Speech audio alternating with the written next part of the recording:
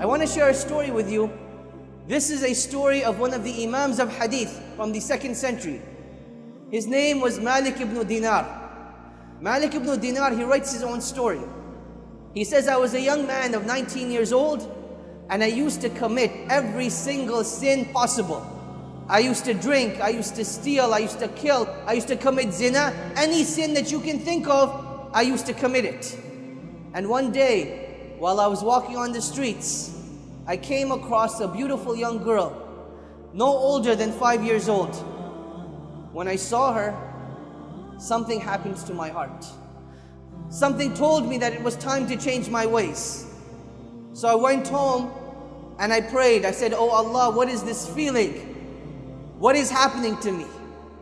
So I decided that at that time I would start to change my ways.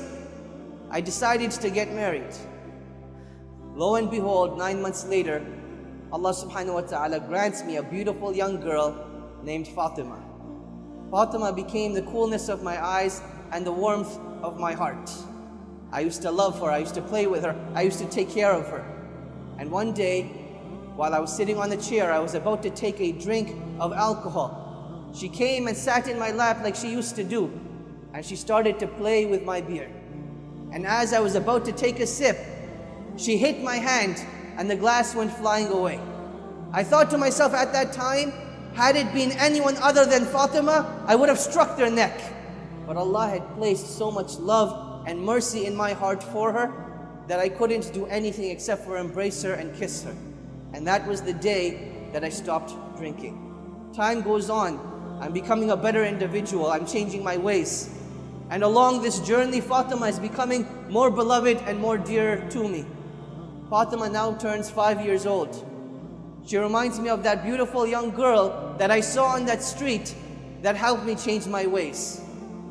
But at that time, Allah subhanahu wa ta'ala tried me with a trial so great, it was as if no one on the planet had been tried with such a trial before.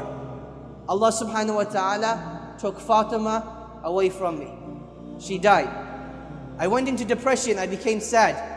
I didn't know what to do. So I started to drink again in hopes that the pain would go away. I used to drink, and I used to drink, and I used to drink. In the nighttime I would drink so that I could pass out during the day, and during the day I would drink so that I could pass out during the night. And one day when I passed out during the day, Allah subhanahu wa ta'ala showed me a vision. The day of judgment had begun, and as I arose, other people arose as well. And there was chaos everywhere. People were running, yet I had no idea what they were running to or what they were running from.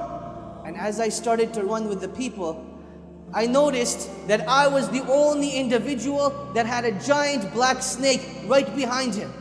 The more I ran, the quicker I ran, the quicker the snake came. So I ran and I ran and I ran until I came to the foot of a mountain. And I saw this old man with a beautiful white beard and beautiful white hair and beautiful white clothes. But he was very old. So I asked him, Old man, for the sake of Allah, please help me against this snake. The old man replied, I am too weak and I am too feeble. Perhaps if you go on top of the mountain, you'll find someone to help you. So I went to the top of the mountain, I ran, and the snake is just behind me. And as I get to the top of the mountain, I look over the valleys and I see the hellfire. People being burned, people being punished, people being persecuted. And I knew it wasn't what I wanted. I didn't want to be there. So I ran back down to the mountain and I see the old man again and I scream at him again, Old man, for the sake of Allah, please help me. And the old man again replies, I am too weak, I am too feeble. Why don't you run towards the hills? Perhaps you will find someone to help you. So I started running again. I run towards this greenery that I know it doesn't belong there. And as I'm getting closer, I'm starting to hear the playing of children, but I can't make out what they're saying. And as I get closer, I start to make out the words. The children are saying, Oh Fatima, go and help your father. Oh Fatima, go and help your father. I think to myself, could it be Fatima, my own beloved daughter, the one that had passed away? And as I get closer, the silhouette of her shape starts to become more clear. And I can make out that it is actually Fatima. And her arms are wide open, waiting for me to come and embrace her. And I get closer, and Fatima takes me in.